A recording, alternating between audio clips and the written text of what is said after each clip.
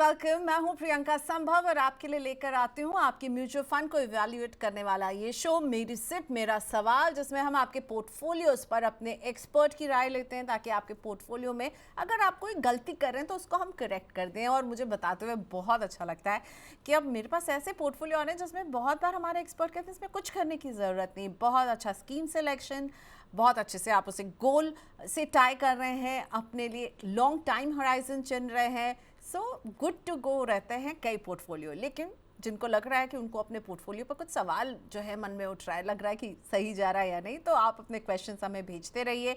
हमारा WhatsApp number और हमारी ईमेल आईडी आपको अगले स्क्रीन में नज़र आएगी, जिसके ज़रिए आप अपने सवाल हम तक पहुंचा सकते हैं।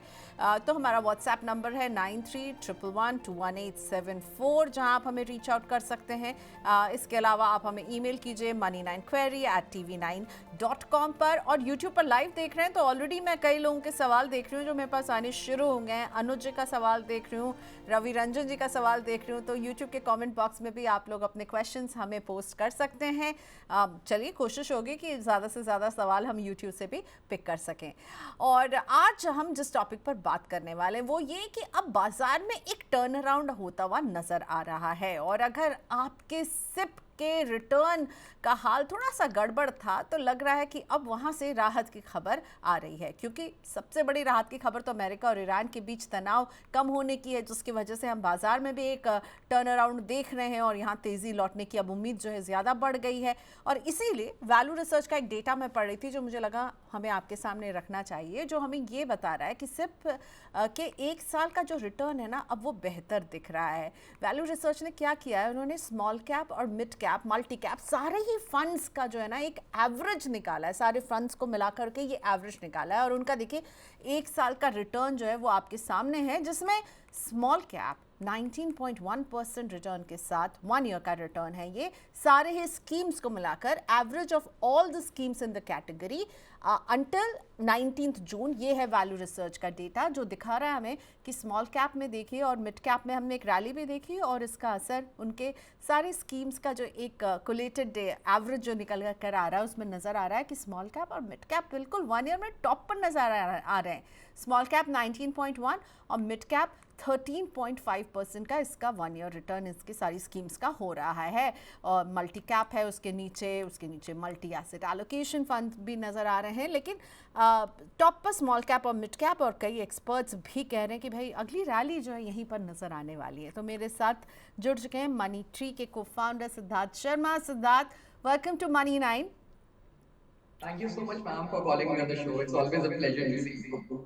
सेम यहाँ सिद्धार्थ। और सिद्धार्थ, अब तो कुछ अच्छी बातें हो रही हैं, नेगोशिएशन टेबल पर अब जो है बात पहुँच चुकी है, ट्रूस होता हुआ लग रहा है और बाजार में भी एक टर्न अराउंड की उम्मीद जाग गई है। स्मॉल कैप और मिड कैप इनफैक्ट इन्होंने रंग दिखाना शुरू कर दिया था पिछले 2 महीने से ही कि वहाँ पर थोड़ा एक्शन बढ़ गया था। तो स्मॉल कैप और मिड कैप क्या अब यहाँ पर इन्वेस्टमेंट का मौका बन रहा है? इनफैक्ट अगर मैं बोलूँ on the entire market scale, अगर मैं देखूँ एक डेमोक्रेटिक रैली देखने को मिल रही है where all the segments will be performing exceptionally well because जिस तरीके से truce हुआ है between US and Iran, that is a clear demarcation of the fact कि yes, of course Indian markets will perform। और क्योंकि 2 साल से इंडियन मार्केट्स में कोई परफॉर्मेंस नहीं दी थी, therefore वैल्यू के पॉइंट ऑफ व्यू से Indian markets are much better than other emerging markets, चाहे आप कॉस्टली ले लें, चाहे आप ग्रेटर चाइना ले लें, चाहे आप ब्राजील ले लें। तो मुझे ऐसा लगता है that yes, of course India का टाइम आ गया है where we can see that yes, Indian markets will give a good rally and specially from the mid and small cap perspective अगर मैं देखूं, क्योंकि मिड एंड स्मॉल कैप ने hit भी बहुत ज्यादा लिया था in last 3 to 4 years, in fact 2 to 3 years। That is one of those reasons कि यस, वैल्यूएशन के पॉइंट ऑफ व्यू से मिड एंड स्मॉल कैप में भी एक बहुत अच्छी एक अपॉर्चुनिटी देखी जा रही है जहां people can actually see their money growing over a period of time. Definitely मैं ये नहीं कहूंगा कि आप ओवरली एग्रेसिव हो जाएं अपने पोर्टफोलियोज में और अपना सारा का सारा पैसा मिड एंड स्मॉल कैप में ही इन्वेस्ट कर दें, बिकॉज इन्वेस्टर्स को from an educated point of view I am telling that it is always and always important that mid and small cap आपके पोर्टफोलियो का पार्ट डेफिनेटली होना चाहिए, but that will always be a peripheral integral part of the portfolio. That can never be the your core part of the portfolio. So in that case, investors इस philosophical concept को अगर ध्यान रखें and अपने portfolios को इस हिसाब से रीजिम करें जहां उनको opportunity वाले segments के अंदर अगर वो invest कर रहे हैं अपना पैसा, so they will definitely see their money growing over a period of time. And I also see कि mid and small cap एक ऐसी category है जहां investors can see their money growing over a period of time because इस category ने भी एक huge dent लिया है पिछले कुछ टाइम के अंदर. तो जो ह्यूज डेंट की आप बात कर रहे हैं सिद्धार्थ, और in like almost 1 year 9 months में हमने बहुत सारे पोर्टफोलियोज देखे जो कि ब्लीड कर रहे थे, जिन्होंने नया नया पोर्टफोलियो शुरू किया था उन्होंने मिड कैप स्मॉल कैप इस चाहत के साथ लिया कि यहाँ पर जो है रिटर्न बनेगा, पर रिटर्न नहीं बना. तो वो पोर्टफोलियोज जो ऑलरेडी थोड़े बैटर्ड हैं, अब उनमें क्या रणनीति होनी चाहिए एक इन्वेस्टर की? It is very important कि जो portfolios already इस समय एक ऐसी स्टेट में हैं जहाँ पे नेगेटिव रिटर्न्स हैं या फिर जहाँ पे portfolios में रीबैलेंसिंग की जरूरत है, तो पॉइंट नंबर वन, इन्वेस्टर्स को कुछ पॉइंट समझना बहुत जरूरी है कि आपको अपने पोर्टफोलियोज को रीजिंग तो डेफिनेटली करना होगा इस हिसाब से जिस हिसाब से इकोनॉमी परफॉर्म कर रही है. आपके पोर्टफोलियोज में जैसे फॉर एग्जांपल मैंने अभी बोला कि that is core part of the portfolio should be multi caps and flexi caps and the peripheral part can be mid and small cap, which is exceptionally the right strategy at this point of time.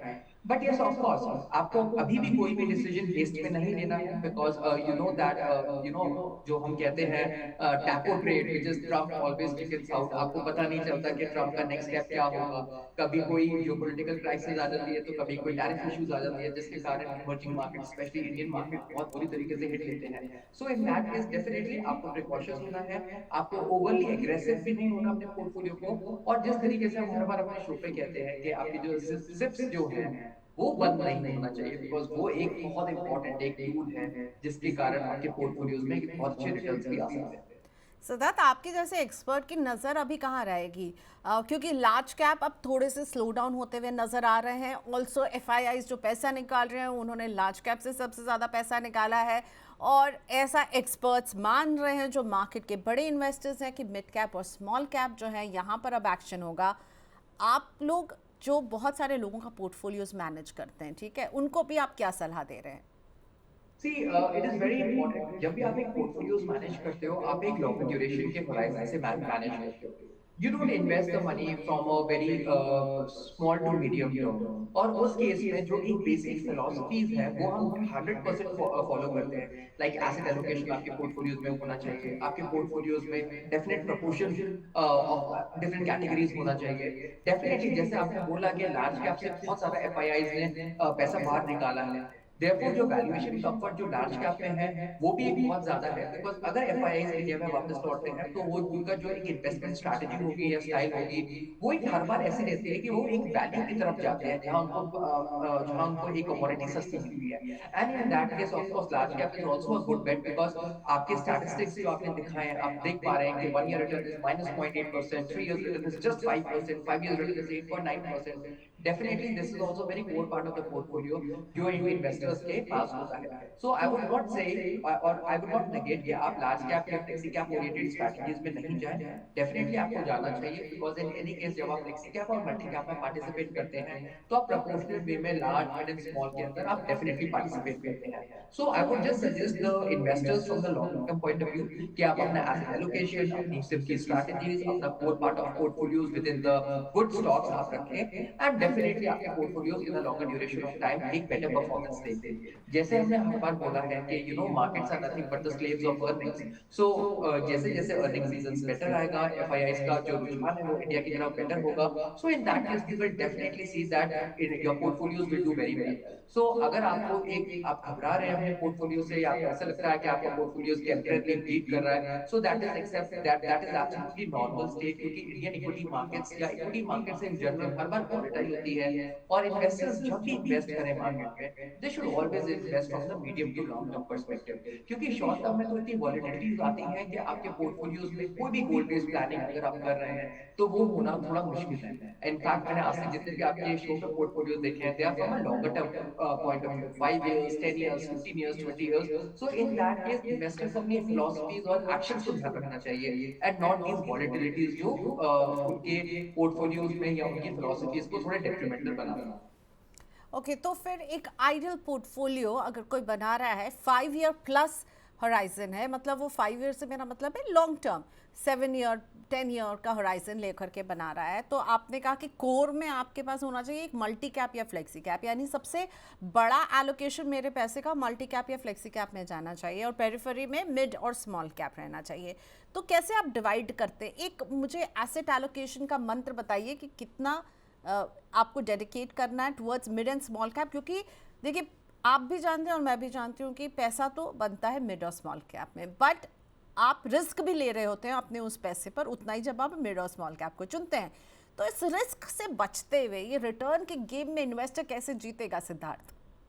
Well, investor के लिए बहुत जरूरी है कि उसका एक risk profile क्या है, वो कितने साल के लिए इन्वेस्ट करना चाह रहा है, उसके डिपेंडेंट्स क्या है, उसकी क्रिटिकलिटीज क्या है, उसके short to medium term goals क्या है, medium to long term goals क्या है। अगर इन्वेस्टर्स इन चीजों पर ध्यान रखें, तो इन दैट केस अगर कोई पोर्टफोलियो का एक कंस्ट्रक्ट कर रहा है, so he can definitely see that some part of the portfolios can go, like for example approximately 35 to 40% into the mid into the multi cap and flexi caps, and the remaining 20-25% can also go into your mid and small cap. उससे क्या होगा, portfolios में एक इस तरीके से एक definite एक कॉम्पोजिट कल्चर एक डेवलप होगा, जहां आपका पैसा ऑलमोस्ट 45% लार्ज कैप में है एंड रिमेनिंग 55% जो है वो मिड में है, वो स्मॉल में है। And at the same time अगर आप थोड़ा सा फ्लेवर ले रहे हैं in terms of your gold exposure, so that can also add icing to the cake और फेदर टू द कैप। तो मुझे लगता है कि इस हिसाब से अगर एक प्रॉपर एसेट एलोकेशन की स्ट्रैटेजी अगर आप एक फॉलो करें, so that will be one of those very rightiest way जहां से आप अपने पोर्टफोलियोज में डेफिनेटली बैलेंस करके एक रिटर्न्स कमा सकते हैं। ओके फाइन, चलिए अब हम पोर्टफोलियोज की तरफ बढ़ते हैं, और सबसे पहला पोर्टफोलियो मैं अंकित का लेकर आ रही हूँ। कोलकाता से हैं अंकित, और इन्होंने हमें बताया है कि इनका निवेश चल रहा है, कुल 6 स्कीम्स हैं इनके पास। पहली स्कीम है इनकी HDFC की डिफेंस फंड, जहाँ 5000 की सिप कर रहे हैं। पराग पारिक के लार्ज कैप में ये 5000 की सिप कर रहे हैं। इसके अलावा इनके पास HDFC का फ्लेक्सी कैप 5000 की सिप, और पराग पारिक का फ्लेक्सी कैप 6000 की सिप। ओके, सो HDFC और पराग पारिक में अच्छा खासा जो पैसा ये लगा रहे हैं, दोनों की अलग अलग स्कीम्स, एक डिफेंस फंड, एक लार्ज कैप, एक और फ्लेक्सी कैप दोनों की। निपॉन इंडिया का ग्रोथ फंड 6000, निपॉन इंडिया का स्मॉल कैप 5000। आपको इनके स्कीम्स की चॉइस जो है वो कैसी लग रही है, जिस तरह से इन्होंने अलग अलग कैटेगरी में डाइवर्सिफाई किया है, सिद्धार्थ? वेल अंकित, आपका एक पोर्टफोलियो जो है वो 32,000 की एक SIPs का एक पोर्टफोलियो चल रहा है। मैं अगर आपके पोर्टफोलियोज में थोड़े से क्रिटिकल एस्पेक्ट्स ज्वाइन करूं, तो मुझे ऐसा लगता है कि अगर ये पैसा थोड़े लंबे होराइजन के लिए है, तो आपके पास जो दो फ्लेक्सी कैप है ना, आप उसको बंद करके एक मल्टी कैप में डाइवर्सिफाई कर सकते हैं। Because you should understand, flexi cap is more of a fund manager point of view के हिसाब से कि हर एक फंड मैनेजर अपने हिसाब से फ्लेक्सी कैप चलाते हैं। But multi caps is more of a process oriented category, जहां पे आपको हर हालत में 25 लार्ज मिड एंड स्मॉल रखना ही होता है, and remaining 25 you can put it in any other categories. तो मुझे लगता है कि आप दो फ्लेक्सी कैप्स की जगह एक फ्लेक्सी कैप को बंद करके एक मल्टी कैप में आप लगा सकते हैं पैसा, point one. Point number two, मैं देख रहा हूँ आपके पोर्टफोलियो में एक मिड कैप जो है वो भी मिसिंग है। सो इन दैट केस आप अपने दो स्मॉल कैप्स को बंद करके या एक स्मॉल कैप को बंद करके आप उस पैसे को मिड कैप में लगा सकते हैं। इससे आपके पोर्टफोलियो में 3 या 4 चीजें हैं वो बहुत अच्छी तरीके से होगी, कि आपका डेफिनेट प्रोपोर्शंस जो होगा वो एक flexi cap, multi cap, mid cap, small cap, large cap के अंदर होगा, पॉइंट वन। और डेफिनेटली आपके पास एक थीमेटिक फंडिंग है, so which is also a good thing. मैं ये बोलना चाहूंगा। सेकेंडली, अगर एक स्ट्रॉन्ग रैली आती है मार्केट्स में, तो आपका जो पोर्टफोलियो है वो ऑलमोस्ट जो इस समय 60-62% के आसपास अभी भी लार्ज कैप बायस्ड है, क्योंकि आपके पास फ्लेक्सी कैप कॉम्पोजिशन ज्यादा है अपने पोर्टफोलियो में। तो mid cap and small cap में अगर आप थोड़ा भी थ्रू मल्टी कैप्स या आप एंटर करेंगे, so that will be a good way through which you can enjoy the premium of the returns as well. And thirdly, एक स्टेबिलिटी के पोर्टफोलियो में हर बार एक जरूरत होती है, सो वो आपके पास फ्लेक्सी कैप्स के थ्रू एंड लार्ज कैप के थ्रू ऑलरेडी है। So this is the only piece of suggestion what I would like to give you. But yes, of course, अगर आप अपने पोर्टफोलियो में थोड़ा भी ट्विक करेंगे, तो आपके रिटर्न्स में डेफिनेटली जो चेंजेस हैं वो आपको दिखेंगे, and your portfolios will do better in times to come. Okay, so कुछ चेंजेस हैं और उस पर नज़र डालिएगा। मिड कैप मिसिंग लग रहा है, तो वो एक अच्छा एडिशन हो सकता है आपके पोर्टफोलियो में। अगला क्वेश्चन जो है मैं लेना चाहूँगी यूट्यूब से लाइव क्वेश्चन, और ये पूरा पोर्टफोलियो नहीं है पर एक पोर्टफोलियो से जुड़ा हुआ, एक स्कीम से जुड़ा हुआ सवाल है रवि रंजन जी का। सो रवि रंजन जी ने क्या किया है, इन्होंने एक्सिस लार्ज कैप से एग्जिट कर लिया है। 5 साल तक इन्होंने इसमें रवि रंजन का ये पूरा पोर्टफोलियो भी था क्या हमारे पास? ओके, सो पूरा पोर्टफोलियो भी है, प्लस इन्होंने एक्सिस के लार्ज कैप से एग्जिट किया हुआ है जो अच्छा परफॉर्म नहीं कर रहा था। तो साथ में ये मैंने मिस कर दिया था, निपॉन इंडिया का लार्ज कैप 10,000, पराग पारेख का फ्लेक्सी कैप 10,000। ये दो स्कीम्स हैं। HDFC की मिड कैप 10,000, बंधन का स्मॉल कैप 10,000। ओके, और 40,000 की सिप चल रही है। ये इनकी 4 स्कीम्स नज़र आई हैं, और एक्सिस के लार्ज कैप से इन्होंने पैसा निकाल लिया है जो अच्छा परफॉर्म नहीं कर रहा था। अब इनके पास 7.5 लाख रुपए हैं। तो हाँ, सॉरी, ये मैंने मिस कर दिया। Running SIP in Nippon large cap, Parag Parikh flexi cap, HDFC mid cap, Bandhan small cap 10,000 each, 4 scheme, 40,000 की सिप चल रही है। और एक्सिस के लार्ज कैप से ये एग्जिट कर चुके हैं जहां इनके पास 7.5 लाख रुपए जमा है। तो पूछ रहे हैं कि 7.5 लाख का क्या करूं मैं? वेल रवि रंजन जी, मैंने आपके पोर्टफोलियो को एनालाइज किया है और आपके पोर्टफोलियो को मैं देख पा रहा हूँ जिस तरीके से पेड में आपके पास एक mid cap, small cap, flexi cap and large cap already है। और आपने जो 7.5 लाख रुपए जो आपने ब्लू चिप से या लार्ज कैप से जो आपने रिडीम किया है, मैं चाहूंगा कि आप इस पैसे को इन अ डेफिनेट प्रोपोर्शन अपने डिफरेंट चारों फंड्स के अंदर थोड़ा थोड़ा बांट लें। बिकॉज उससे क्या होगा, आपके पोर्टफोलियोज का जो एक कॉम्पोजिशन है वो भी नहीं बिगड़ेगा।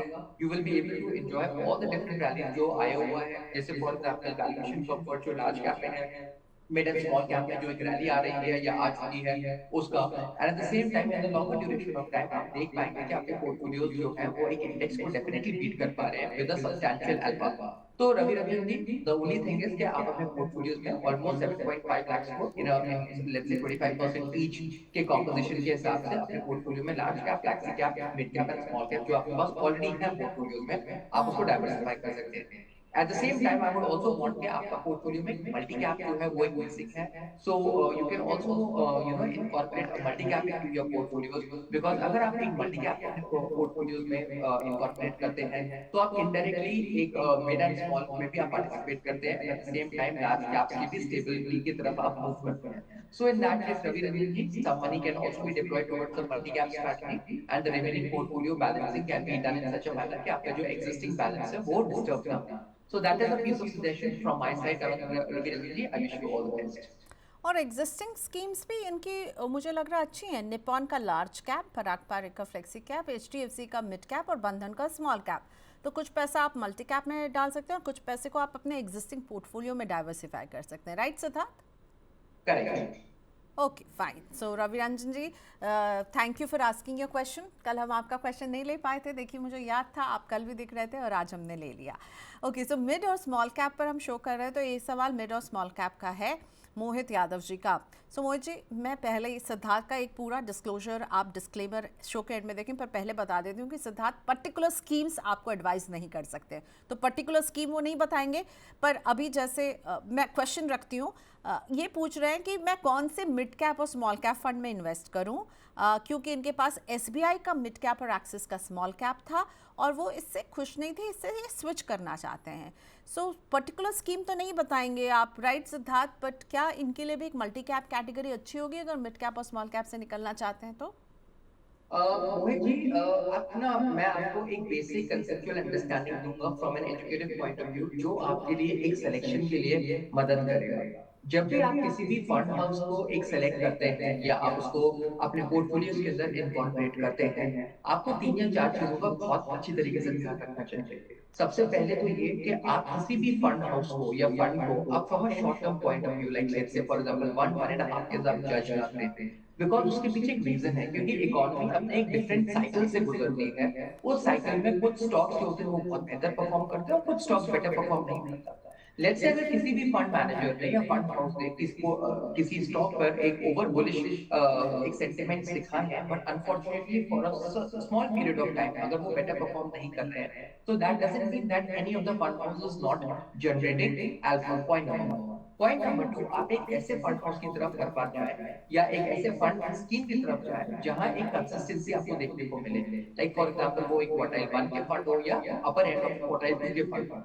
देन डेफिनेटली, जैसे मैंने कहा कि एक फंड मैनेजर का एक बहुत स्ट्रॉन्ग गोल रहता है, आपको ये भी देखना चाहिए कि फंड मैनेजर्स ने किस किस टाइप के टैक्टिकल कॉल्स दिए थे अपने पोर्टफोलियोज में, जिसके कारण उनके पोर्टफोलियोज गिरे हैं या बढ़े हैं या एक अपने पीयर कंपटीशन से उन्होंने बेटर रिटर्न जनरेट किया है। And last but not the least, fund का साइज कितना है। अगर एक फंड बहुत बड़ा है so it becomes very difficult fund manager के को एक रिटर्न जनरेट करना उस फंड से, because it is generally like a white elephant, जो आप उस पोर्टफोलियो से ऑलमोस्ट आप इंडेक्स को रेप्लिकेट करना स्टार्ट करते हैं। बट दैट डजंट मीन कि आपके पास जो आप जिस फंड के अंदर पैसे लगा रहे हैं उसका एयूएम बहुत कम है, that is also a big time problem. तो अगर आप अपने पीयर कंपैरिजंस या कॉम्पिटिटर्स को देखें और आप देखें कि एक डिसेंट साइज ऑफ एयूएम अगर एक फंड का है तो आप उसमें इन्वेस्ट कर सकते हैं। इनफैक्ट मैं बताना चाहूंगा अगेन मोहित यादव जी, और आपके इस सवाल से बहुत लोगों को भी क्लैरिफिकेशन मिलेगा कि आप किसी भी फंड को या किसी भी फंड हाउस को आप from a very myopic point of view आप जज ना करें। हर एक फंड हाउस जो होता है वो अपने क्वार्टाइल में डिफरेंट डिफरेंट क्वार्टाइल्स में ट्रैवल करता है। It is just a matter of time because of which कुछ फंड्स बेटर परफॉर्म करते हैं किसी समय और कुछ फंड्स अंडर परफॉर्मेंस देते हैं। अगर आपको ऐसा लगता है कि आपके पोर्टफोलियो में under performance for a longer duration of time, let's say for example 3 years और so, then you can definitely change the fund, और आपका which is a very valid point as well. But yes of course from 1.5 years point of view आप कोई ऐसा decision नहीं लेना चाहिए। This I'm telling you from an educative point of view. Rest, I will always want कि आप अपनी पूरी की पूरी स्टडी या डिटेल एनालिसिस करें before any selection and selection of the fund. Alright, चलिए अगला क्वेश्चन जो है विथ योर परमिशन ये टैक्स से जुड़ा हुआ क्वेश्चन है। इनफैक्ट मैंने आपसे ये शेयर भी किया था। Are you comfortable to talk about tax, Siddharth? Please, ma'am. Okay, so Sudesh Verma पूल ने ये सवाल हमें भेजा था कि ये अपने बेटे के साथ मिल करके म्यूचुअल फंड में जो है वो जॉइंट इन्वेस्टमेंट कर रहे हैं और इनके जॉइंट बैंक अकाउंट से पैसा जा रहा है। इनका बेटा एनआरआई है और सिप जो है वो सारे जो है हर महीने कट रहे हैं और ये जो है सिप का पैसा ये उनकी तरफ से उनके बेटे को गिफ्ट है। दैट मीन्स फादर जो है वो पे कर रहे हैं, लमसम भी है और सिप भी है, दोनों है। टोटल इन्वेस्टमेंट जो है एनुअली 5 लाख बन रहा है। तो ये इनका कहना है ये मैं एज अ गिफ्ट उससे दे रहा हूँ। बेटा जो है वो इंडिया में आईटीआर नहीं फाइल करता, उसकी इनकम 2.5 लाख से कम है। तो क्या ये सही है as per tax law, Siddharth? That's a good point. Like point number one, मैं आपको बताना चाहता हूँ that म्यूचुअल फंड में जो होल्डिंग्स होती है वो डिफरेंट टाइप की होती है। If it is a joint holder, joint ownership, so the entire tax liability will come on the first holder. Let's say अगर आप first holder हैं, let's say the father is the first holder, so tax liability will lie on the father. And if the investor, जो उनके NRI जो एक बेटे हैं, अगर वो he is a second holder, तो उनके ऊपर कोई tax liability नहीं होगी. This is a very very important point to understand. Second thing, gifting is a very different concept. Gifting में आपको क्योंकि it is not a redemption, it is not a transmission. So in that case, tax liability तब बैठती है जब आप उस portfolios को redeem करते हैं. So there are two entirely different concepts जो investor को समझना चाहिए. That the entire tax liability point number one falls on the first holder, and secondly gifting के टाइम पे कोई भी tax liability नहीं बैठती है unless and until आप उस पैसे को redeem ना करें. So these are entirely two different things. Now the third thing is जो आपने पूछा कि वो आपके जो एक जो आपके जो बेटे हैं वो एक एनआरआई है and he doesn't file taxes in India. So it also depends upon the fact कि अगर आप let's say अगर आप tax liability के अंदर जो 12 लाख का स्लैब है अगर उसमें आप नहीं आते हैं so you are not liable to pay income tax. But yes, of course filing of the tax is very important क्योंकि कभी कभार ये होता है कि अगर फर्स्ट होल्डर एनआरआई है तो इन दैट केस आपका टीडीएस कटना स्टार्ट हो जाता है जो आपको तभी रिफंड होता है जब आप अपनी टैक्स को फाइल करते हैं। So I would always suggest कि आप अपने टैक्स को फाइल करें, अपने टीडीएस अगर फर्स्ट होल्डर आपके एनआरआई आपके बेटे हैं तो आप उस टीडीएस क्लेम को लें and at the same time आप अपने जो भी डिडक्शंस हो रहे हैं आप उससे बच सकते हैं। So these are the few points जो आपको ध्यान रखना चाहिए from the taxation point of view. जब भी आपकी एक ज्वाइंट ओनरशिप है वो किस तरीके से होना चाहिए, टीडीएस किस तरीके से क्लेम होना चाहिए एंड जो एक बिलो द परमिसिबल लिमिट अगर टैक्स होल्डिंग्स है तो किस तरीके से बिहेव होंगे। ओके फाइन, चलिए अब हम गुरप्रीत सिंह जी का पोर्टफोलियो लेकर आते हैं। सो गुरप्रीत सिंह जो है वो खुद एनआरआई हैं। So back to back 2 NRI के क्वेश्चन को हम आज एड्रेस कर रहे हैं। गुरप्रीत जी फिनलैंड में रहते हैं, इनकी एज है 35 और ये निवेश कर रहे हैं 1 लाख रुपए की सिप कर रहे हैं हर महीने। एचडीएफसी का मल्टी कैप 20,000 की सिप यहाँ पर चल रही है, पराग पारे के फ्लेक्सी कैप में 20,000 की सिप चल रही है, बंधन के स्मॉल कैप में 20,000 और एसबीआई के हेल्थ केयर अपॉर्चुनिटीज़ फंड में 10,000। 30,000 पर मंथ अभी ये और ऐड करना चाह रहे हैं अभी 70,000 इन्होंने इस तरह से एलोकेट किया है। मल्टी कैप चुना है, फ्लेक्सी कैप चुना है, स्मॉल कैप है और सेक्टोरल फंड है हेल्थ केयर अपॉर्चुनिटीज़ फंड का। बाकी बचे 30,000 पर आपकी एडवाइस चाहते हैं। और 4 लाख रुपए इन्होंने डिजिटल गोल्ड में निवेश किया हुआ है एक ऐप के ज़रिए, प्लस बाइंग प्राइस इनकी 1,18,000 पर 10 ग्राम रही थी। 50 लाख जो है ये ओवर द 5 इयर्स जो है वो सिप के ज़रिए जोड़ना चाहते हैं और ये 10 साल तक जो है निवेश करेंगे और फिर SWP करने का इरादा है। फंड सिलेक्शन कैसा है और 10 साल तक अगर इस पोर्टफोलियो को होल्ड करते हैं तो अगर हम 12% के अनुमानित रिटर्न के हिसाब से कुछ कैलकुलेशन बता सकते हैं क्या सिद्धार्थ इनको? Definitely, there are a lot of things क्योंकि काफी सारे सवाल गुरप्रीत जी ने पूछे हैं। First of all I am very elated Gurpreet ji कि हमारा जो शो है वो सिर्फ डोमेस्टिक बाउंड्रीज के अंदर ही नहीं देखा जाता है, it is spread all across the world and investors उससे काफी सारा वैल्यू एडेड थीम्स लेते हैं या आइडियाज लेते हैं जो कि पोर्टफोलियोज को डिफाइन करने में या वैल्यू एडिशन करने में मदद करता है। So this is something great credit for us to us as well. अब मैं आपके सवाल पे आता हूँ गुरप्रीत जी, जो आपका पोर्टफोलियो है, मैं पहले क्वालिटेटिव एनालिसिस से अगर आपका पोर्टफोलियो देखता हूँ तो आपके पोर्टफोलियो के अंदर एक मैं देख पा रहा हूँ कि एक फ्लेक्सी, एक मल्टी, आपके पोर्टफोलियो में एक स्मॉल कैप और एक थीमेटिक फंड है। So that clearly means that आपका पोर्टफोलियो एक 70,000 रुपीज का है, which is a decent portfolio in the sense कि आपके पास डिफरेंट कैटेगरीज का एक एक्सपोजर है। मैं चाहूंगा कि multi cap as a theme जो है वो इन्वेस्टर्स, आई डोंट नो कि वो क्यों नहीं उसको इतना एप्रिशिएट कर रहे हैं, but multi cap is also a very very good thing जो एक पोर्टफोलियो का पार्ट हो सकता है। So if I talk about, let's say if you are investing 70,000 rupees for a period of let's say 10 years, अगर मैं 12% के अनुमानित अनुमानित रिटर्न जो कि एक इंडिया का 10 years रोलिंग रिटर्न है, अगर मैं उसको देखूं तो आप ऑलमोस्ट एक 84 lakhs का एक कॉर्पस है जो आप इन्वेस्ट करेंगे जिसकी वैल्यू 1.56 करोड़ बन जाएगी over a period of let's say 10 years। This is an important thing. Now the point is that आपने आपके पास कुछ और भी एसेट्स हैं like for example digital gold. मैं चाहूंगा कि गुरप्रीत जी आप अपने पोर्टफोलियो, क्योंकि इस समय गोल्ड अपने ऑलमोस्ट 15% के करेक्शन में आया है, इनफैक्ट आज भी गोल्ड ऑलमोस्ट 2 से 2.5% का उसने करेक्शन दिखाया है, so that you should stay invested into gold from 2 or 3 point of view. Point number 1, gold is a very strong hedge against inflation, इसलिए आपके पोर्टफोलियो में गोल्ड होना चाहिए। एसेट एलोकेशन के पॉइंट ऑफ व्यू से आपके पोर्टफोलियोज में gold होना चाहिए। And last but not the least, जिस तरीके से एक ग्लोबल अनसर्टेनिटीज जो है वो बनती है, बिगड़ती है, so gold as an asset class in a longer duration of time also gives you a good return. So Gurpreet ji ये एक important aspect है जो आपको समझने की जरूरत है। इन केस अगर आपका और भी इसके अलावा कोई क्वेश्चन हो, so I would be more than happy। अगर आपको थोड़ा सा और पैसा, if I think you are wanting to invest some more money into the markets, जी, तो मैं चाहूंगा कि 30,000 की सिप और करेक्ट। एडिशनली करनी So है। in that case, Gurpreet ji, as I told you last time, आप multi cap as a category जो आपका अनएक्सप्लोर्ड कैटेगरी है, आप उस कैटेगरी को यूटिलाइज करें, उस कैटेगरी में आप अच्छी तरीके से इन्वेस्ट करें, that will also give you a good returns out in longer duration of time. So from an educative point of view Gurpreet ji, मेरे ये कुछ सजेशंस हैं आपको, so that at least your portfolios can give you good returns, stability and at the same time higher returns. Okay, so एक question अभी क्योंकि आप gold की ही बात कर रहे थे ना, तो मैं संजीव जी का ये क्वेश्चन ना आपके सामने रखना चाहूँगी क्योंकि ये क्वेश्चन अभी बनता है। ओके, बिल्कुल बहुत ज़रूरी है। गोल्ड एंड सिल्वर इन दोनों में जो है प्राइस जो है सिग्निफिकेंटली ड्रॉप हो रहा है। बड़े बड़े जो इन्वेस्टर्स हैं वो भी कह रहे हैं कि देखिए हमने बताया था कि गोल्ड इसी तरह से, गोल्ड और सिल्वर में हम देखेंगे फॉल, और वही हो रहा है।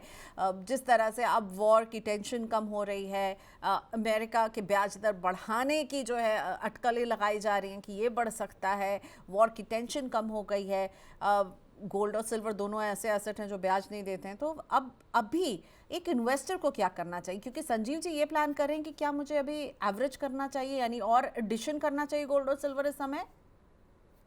वेल ये बहुत मैम ये एक बहुत इंपॉर्टेंट कॉन्सेप्ट है और मैं चाहता हूँ कि इन्वेस्टर्स को ये समझना बहुत जरूरी है। अगर मैं हिस्टोरिकली अगर मैं देखूं तो जब भी वॉर होता है तो वॉर के बाद गोल्ड एंड सिल्वर के अंदर एक इमीडिएट करेक्शन देखने को मिलता है, क्योंकि एक स्कूल ऑफ थॉट है जो ये कहता है कि वॉर के बाद एक रिकंस्ट्रक्शन जो होता है उसमें गोल्ड एंड सिल्वर में एक थोड़ी सी बिकवाली होती है, जो हमने मिडिल ईस्ट में भी देखी, जहां थोड़ा सा गोल्ड एंड सिल्वर बिका, सो दैट एटलीस्ट वो रिकंस्ट्रक्शन एसेट्स के लिए इस्तेमाल हो। जनरली कंट्रीज जो होती है वो डेट लेना पसंद नहीं करती हैं अपने रिकंस्ट्रक्शन के लिए। So that is the reason कि इमीडिएटली हमें गोल्ड एंड सिल्वर में एक करेक्शन देखने को मिला।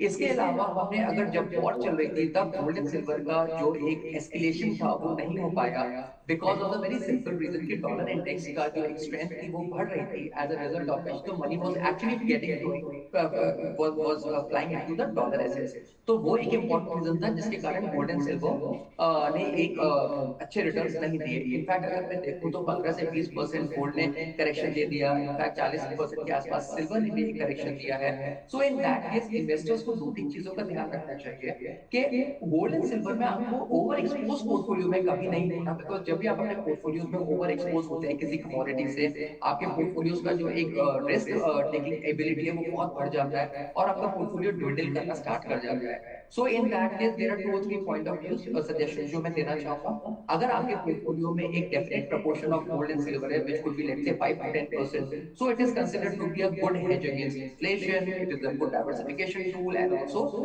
good way of entering into a different commodity as well. Point number 2, अगर आप इस समय गोल्ड से बाहर निकलने की सोच रहे हैं या एवरेज आउट करने की सोच रहे हैं, सो थ्रू सिप्स बेसिकली आप अपने गोल्ड में एवरेज आउट भी कर सकते हैं। क्यों? बिकॉज गोल्ड एंड सिल्वर दोनों अपने एक करेक्टिव फेज में जा रहा है। So in that case SIP will be a very right strategy जिसके थ्रू आप अपना जो निवेश है या इन्वेस्टमेंट्स है वो गोल्ड एंड सिल्वर में कर सकते हैं and your money will actually grow over a period of time. अगर आप देखें ये एसेट्स ने ऐसा नहीं है कि for a longer duration of time historically investors को निराश किया है। गोल्ड का जो एक एवरेज रिटर्न जो निकल के आता है 8 से 10% वो आपको आपके पोर्टफोलियो में over a longer duration of time on an annualised basis मिल जाएगा। So the only thing is that yes you can make the best use of this given opportunity. आप अपने पोर्टफोलियोज में एवरेज आउट कर सकते हैं gold and silver में, पर ध्यान रखिए कि आप ओवर एक्सपोज ना हो जाए इन कमोडिटीज में बिकॉज ये आपके पोर्टफोलियोज को अदरवाइज बहुत ज्यादा रिस्की बना देते हैं। So these are the small piece of suggestions जो मैं देना चाहूंगा इन्वेस्टर को and I wish you all the best. आप अपने पोर्टफोलियो में एक डेफिनेट प्रोपोर्शंस या कॉम्पोजिशंस रखें। ठीक है, तो बिल्कुल एवरेज आउट कीजिए पर ओवर एक्सपोजर नहीं लीजिएगा कि हाँ एवरेज करते करते गोल्ड और सिल्वर ज़्यादा नहीं लीजिएगा। हमेशा अपने पोर्टफोलियो का कुछ एक हिस्सा जो कि आप कितना रेकमेंड करते हैं, आपके पोर्टफोलियो का कितना हिस्सा गोल्ड और सिल्वर में होना चाहिए? Well, 5 to 10% is a very decent portfolio okay, जहाँ एक्सपोजर लिया जा सकता है। All right, so 5 to 10% Sanjeev ji, उससे ज़्यादा नहीं, उतना एक्सपोजर है तो और मत, जस्ट बिकॉज आपको सस्ता दिख रहा है तो उसे ऐड कीजिएगा, ठीक है। अब गजेंद्र सोलंकी जी हमारे साथ फोन लाइन पर हैं, इनसे हम बात करेंगे। नमस्ते गजेंद्र जी, कहाँ से बोल रहे हैं? नमस्कार। कहाँ से जुड़े हुए हैं आप गजेंद्र जी? मैम एक्चुअली मैं राजस्थान जोधपुर से बिलोंग करता हूँ। ओके। और मैं एक्चुअली रेगुलर व्यूअर हूँ आपका, और पहले भी 2 बार मेरी एक बार बात हुई है यहाँ पे। अच्छा, बढ़िया। तो एक्चुअली आपका मैम अभी जो इन्वेस्टमेंट है वो लास्ट 2 ईयर से मैं कर रहा हूँ। एक्चुअली दिसंबर 2024 में स्टार्ट किया था। मेरा एक्चुअली मैम क्वेश्चन ये था कि जो मैंने अभी एक फॉरेन इन्वेस्टमेंट जो है Edelweiss invest technology fund of fund लिया है, तो मैम क्या फॉरेन में इन्वेस्ट करना ये फंड क्या सही रहेगा मेरे लिए? क्योंकि आपने ऑलरेडी शुरू कर दिया है सर इसमें? Yes ma'am, yes ma'am, yes ma'am, already शुरू कर दिया Edelweiss invest technology fund of fund. तो उसके रिगार्डिंग ही मुझे पूछना था क्या क्या ये फंड सही रहेगा क्या? ठीक है, और आप एनपीएस में निवेश करते हैं? यस मैम, एनपीएस एक्चुअली अभी 28,000 अराउंड पर मंथ मेरा एनपीएस में जाता है, और उसके अंदर भी मैंने फंड मैनेजर को सिलेक्ट किया हुआ है, इक्विटी में 50% डाला हुआ है। ठीक है, और अराउंड 35 लाख अराउंड उसमें कॉर्पोरेट सेटअप हो गया है। क्या बात है, बहुत अच्छे। इनकी एज है 35 and I think by the time आप रिटायर होंगे बहुत अच्छे कॉर्पस पे बैठोगे तो बहुत खुशी होती है। तो एक आपका कन्फ्यूजन है कि भाई एक यूएस का ये टेक्नोलॉजी एफओएफ फंड आपने ईडलवाइस का लिया, अदरवाइज इनका पोर्टफोलियो जो है उसमें है एचडीएफसी स्मॉल कैप 2000 की सिप, बंधन का स्मॉल कैप यहाँ पर 3000 की सिप गजेंद्र जी कर रहे हैं। उसके बाद पराग पारिक के फ्लेक्सी कैप में 3000 की सिप चल रही है, आईसीआईसीआई प्रू के मल्टी एसेट फंड में 1000 और ईडलवाइस के यूएस टेक्नोलॉजी फंड जो कि न्यू एडिशन है उनके पोर्टफोलियो में 1000 रुपये की सिप यहाँ पर शुरू की है। तो कुल मिलाकर 20,000 की सिप बन रही है इनकी। इनका पोर्टफोलियो आपको कैसा लग रहा है? एनपीएस में भी अलग से निवेश है जो कि मुझे लगता है कि बहुत अच्छा मूव है, और साथ में ये जो Edelweiss US technology fund of fund में पूछ रहे हैं कि क्या ये सिलेक्शन सही है इनके ओवरऑल पोर्टफोलियो के हिसाब से? वेल गजेंद्र जी, मैंने आपके पूरे पोर्टफोलियोज को एक एनालाइज किया है और मुझे ऐसा लगता है आपके पोर्टफोलियोज में ऑलरेडी इंडियन मार्केट्स में 19,000 रुपीज जा रहा है और 1,000 रुपीज आपके इंटरनेशनल मार्केट में जा रहा है। So generally I would always suggest कि इनफैक्ट इंटरनेशनल मार्केट्स में जो एक लहर है पैसे को भेजने की वो बहुत ज्यादा हो रही है, इधर थ्रू गिफ्ट सिटी रूट और थ्रू म्यूचुअल फंड रूट। और आप जो 1000 रुपीज आप इंटरनेशनल फंड्स के अंदर आप इन्वेस्ट कर रहे हैं, that is a good way of investing and diversifying your portfolios even geographically. आपको समझना बहुत जरूरी है, जो वर्ल्ड की जो टॉप 10 कंपनीज हैं, in fact each and every company of the world, उनका जो एक मार्केट कैप है वो इंडियन जीडीपी से ज्यादा मार्केट कैप है। सो अगर आप ऐसे फंड्स के अंदर या स्टॉक्स के अंदर आप एंटर करते हैं, over a period of time आप देखेंगे that yes of course they are giving you exceptionally a very high return. Point 1। Point number 2, जो डॉलर का जो एक एप्रिसिएशन होता है विज़ रुपी, जैसे हमने एक साल के अंदर अंदर देखा कि 12.5 से 13% का एक करेक्शन दिखाया है रुपी ने vis dollar. So in that case अगर उस डेप्रिसिएशन का बेनिफिट लेना है तो entering into international fund is a very very good buy. And point number 3, जिस तरीके से एक एआई का जो चल रहा है एक लहर, जो इंडियन मार्केट्स में या Indian IT and IT enable services में इस तरीके से नहीं देखा जा रहा है, तो वो आपको उसका एक्सपोजर अब जब आप इंटरनेशनल फंड्स में स्पेशली द नैस्डैक फंड्स में आप लेते हैं, तो आपको लगता है कि आप उन फंड्स में एक डिफरेंट तरीके से पार्टिसिपेट कर पा रहे हैं। So I would suggest that definitely it is a good move of by entering your money into international markets. आप अपने पोर्टफोलियोज को डाइवर्सिफाई कर रहे हैं, स्टॉक्स अपने पोर्टफोलियो को ले रहे हैं। बट मैं एक ही आपको पीस ऑफ सजेशन देना चाहता हूँ कि जब भी आप इन्वेस्ट करें, आप इस पैसे को ऑलमोस्ट 5 years की ड्यूरेशन से आप इन्वेस्ट करें, because IT as a theme is a very very volatile theme. हमने पास्ट में भी देखा है कि आईटी ने बहुत strong corrections internationally and national level पर दिखाया है। So in that case the only piece of suggestion from my side is that आप अपने जो टाइम होराइजन है आप उसको लंबा करिएगा, because in a longer duration of time definitely these stocks will give you good returns because of dollar appreciation and because of having one of the best companies of the world into your portfolio. Okay चलिए अगला question लेकर आते हैं। और अगला question जो है वो मैं स्पोर्ट्स पायर हैंडल से आया हुआ है, नाम नहीं पता है पर पोर्टफोलियो है यूट्यूब से।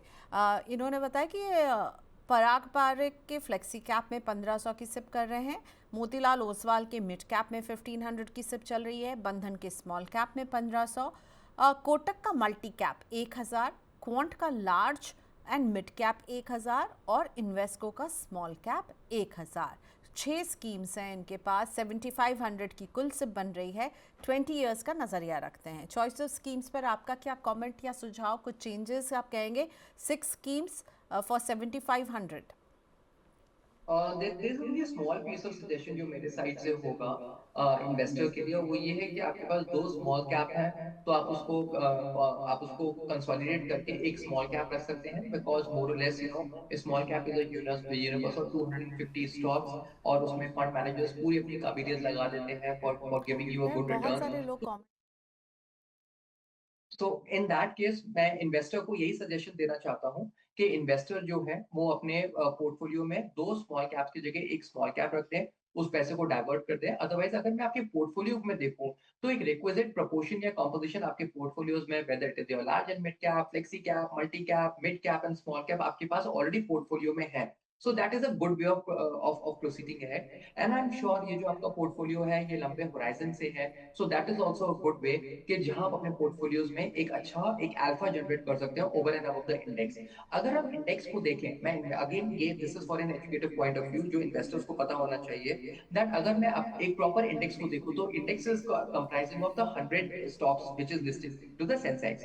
सो इन दैट केस अगर आपको एक बेटर पोर्टफोलियोज में अल्फा जनरेट करना है, बेटर रिटर्न जनरेट करना है, तो वो आप अपने थोड़े से टैक्टिकल कॉल, थोड़े स्ट्रेटेजिक कॉल, थोड़ा डाइवर्सिफिकेशन पोर्टफोलियोज में mid and small and multi cap का एक रिक्विजिट कंपोजिशन, वो अगर आप करेंगे तो definitely your portfolios will give a good returns and a good alpha over and above the index. Okay चलिए नेक्स्ट क्वेश्चन कुर्बान आलम जी का ले रही हूँ। कुर्बान जी ने बताया कि उनको जो है बिटिया की शादी के लिए पैसों की ज़रूरत है, 1 लाख तक की राशि जो है ये जोड़ना चाहते हैं, और समय भी जो है ना वो 6 साल का ही है हाथ में। और अभी जो इनकी सिप चल रही है वो कुछ इस तरह से है: बंधन का स्मॉल कैप 1500 की सिप, मोतीलाल ओसवाल का मिड कैप 1500 की सिप, कोटक का मल्टी कैप 1500 की सिप। 6 साल का नज़रिया है, 10% से स्टेप अप भी करेंगे।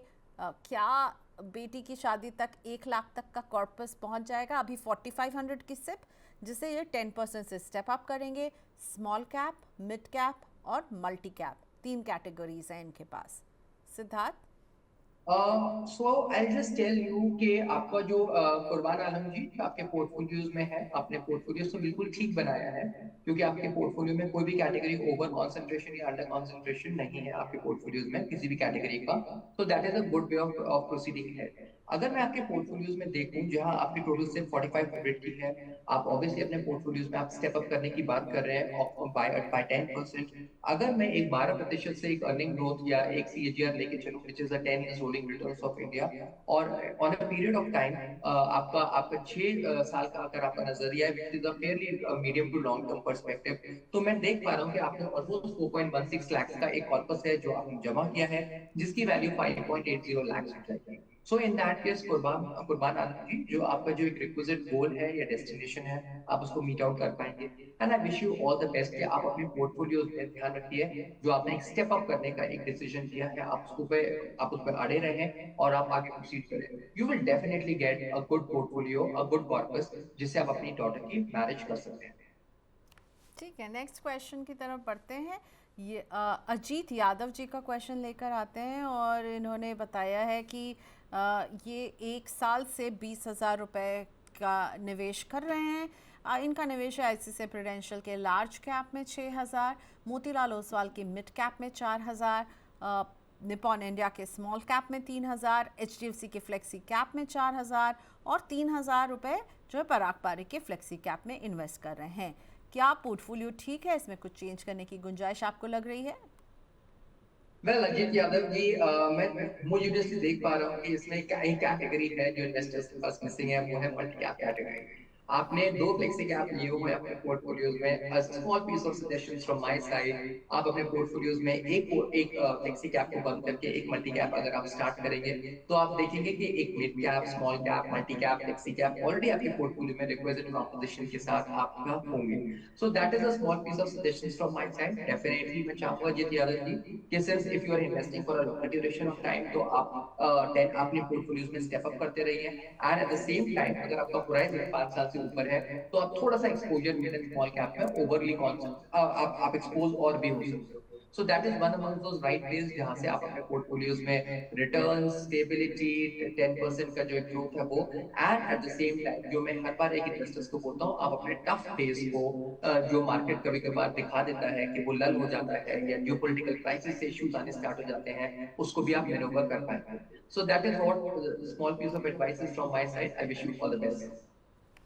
मनीष जी का पोर्टफोलियो अगला लेकर आते हैं और मनीष जी का निवेश है टाटा के स्मॉल कैप में 7,500, पराग पारिक की फ्लेक्सी कैप में 8,000, और ये जो है 2.5 साल से ये निवेश कर रहे हैं, अगले 15 ईयर्स तक करने वाले हैं, और हर 6 मंथ में ये हर 6 महीने में 1,000 जो है इसको स्टेप अप भी करते हैं। साथ में एनपीएस भी है इनके पास। वेल मनीष जी, मैं देख पा रहा हूँ आपने अपने पोर्टफोलियो में सिर्फ 2 ही स्कीम रखी हुई है, which is your flexi cap and small cap. Manish ji, बहुत सारी कैटेगरीज हैं, सिर्फ इन्हें डिफाइन किया है, बहुत यूनिकनेस हर एक कैटेगरी की है। मैं चाहूंगा कि आप अपने पोर्टफोलियोज में डिफरेंट कैटेगरीज का इंट्रोडक्शन करें। 15,500 की सिर्फ जो है आप उसमें 5 कैटेगरीज भी रख सकते हैं, which could be one one could be your flexi cap जो ऑलरेडी आपके पास है, one could be your multi cap, mid cap and small cap. अगर आप ये चारों कैटेगरीज को रखेंगे, then you will realize that point one, आपके जो रिटर्न्स है वो आपके एग्जिस्टिंग पोर्टफोलियो से ज्यादा आएंगे। And at the same time आपको अपने पोर्टफोलियोज में जब भी टॉप इन या एड ऑन करने की आपको जरूरत होगी, then you will be able to add on the portfolios through that एक स्पेसिफिक अमाउंट ऑफ मनी, जो आपके केस में 1,000 रुपए है। So in that case I would just give you a small piece of suggestion कि आप अपने portfolios को डिफरेंट कैटेगरी वाइज डाइवर्सिफाई कीजिए, और अगर आपको जो भी एडिशनल टॉप अप्स करने होंगे from a longer term duration like let's say for 5 years and more, आप mid cap and small cap की तरफ आराम से मूव कर सकते हैं, बिकॉज द परसेंटेज कॉम्पोजिशन और the percentage returns in mid cap and small cap is far higher than that of your large caps और फ्लेक्सी कैप्स। तो आप इस चीज का ध्यान रखें एंड आप अपने पोर्टफोलियोज को थोड़ा सा रीचिंग करें, that will be in your benefit और in your favour basically. All right, thank you so much Siddharth, आज आपने वक्त निकाला मनी 9 के व्यूअर्स के लिए। बहुत धन्यवाद आपका इतने सारे पोर्टफोलियोज को इवैल्यूएट करने के लिए, शुक्रिया। Thank you so much for calling me. Okay और सिद्धार्थ ने जो भी कुछ कहा उससे जुड़ा हुआ ये डिस्क्लेमर ज़रूर ध्यान रखें, ये एजुकेशनल और इंफॉर्मेशनल पर्पस के लिए ही था और ये बात बार बार सिद्धार्थ पे कह रहे थे। ये सिद्धार्थ शर्मा का डिस्क्लेमर। ऑलराइट, इसी के साथ आज के शो में हम आपको बाय बाय कहें, लेकिन उससे पहले आपको अपना व्हाट्सएप नंबर और ईमेल आईडी दिखा देते हैं कि आप इसमें अपने क्वेश्चंस हमें भेजिए। हमारा व्हाट्सएप नंबर है 9311211874, जहां आप अपने पोर्टफोलियोज हमारे साथ शेयर कर सकते हैं। प्लस अगर आप हमें ईमेल करने में ज़्यादा कंफर्टेबल हैं तो हमारी ईमेल आईडी उसके ठीक नीचे money9query@tv9.com, जहाँ से हम आपके क्वेश्चंस को पिक कर सकते हैं। सो ज़रूर ईमेल के ज़रिए भेजिए। मनी9 प्राइम की मेंबरशिप अगर आपने अभी तक नहीं ली है तो बहुत कुछ मिस कर रहे हैं आप। मनी9 प्राइम की मेंबरशिप को ज़रूर एक बार इवैल्यूएट कीजिए। इकोनॉमी, स्टैंडर्ड, VIP 3 ऑप्शन है। और हाँ, एक और बहुत ज़रूरी बात, अगर आप मनी9 देखते हैं, हमारा शो आपको अच्छा लगता है तो बस देखकर मत चले जाइए। अगर आपने चैनल को अभी तक सब्सक्राइब नहीं किया है तो ज़रूर सब्सक्राइब कर लीजिए, क्योंकि आप जब सब्सक्राइब करेंगे तो हमारे वीडियो की नोटिफिकेशन आपके पास आने लगेंगे और आपको हमेशा याद नहीं रखना होगा कि मुझे कब जुड़ना है। आपको नोटिफिकेशन के ज़रिए जब भी हम कुछ नया पोस्ट करेंगे तो पता चल जाएगा। तो मनी9 के यूट्यूब चैनल को अगर अभी तक सब्सक्राइब नहीं किया है तो प्लीज़ कर लीजिए। Thank you for watching us. Bye bye.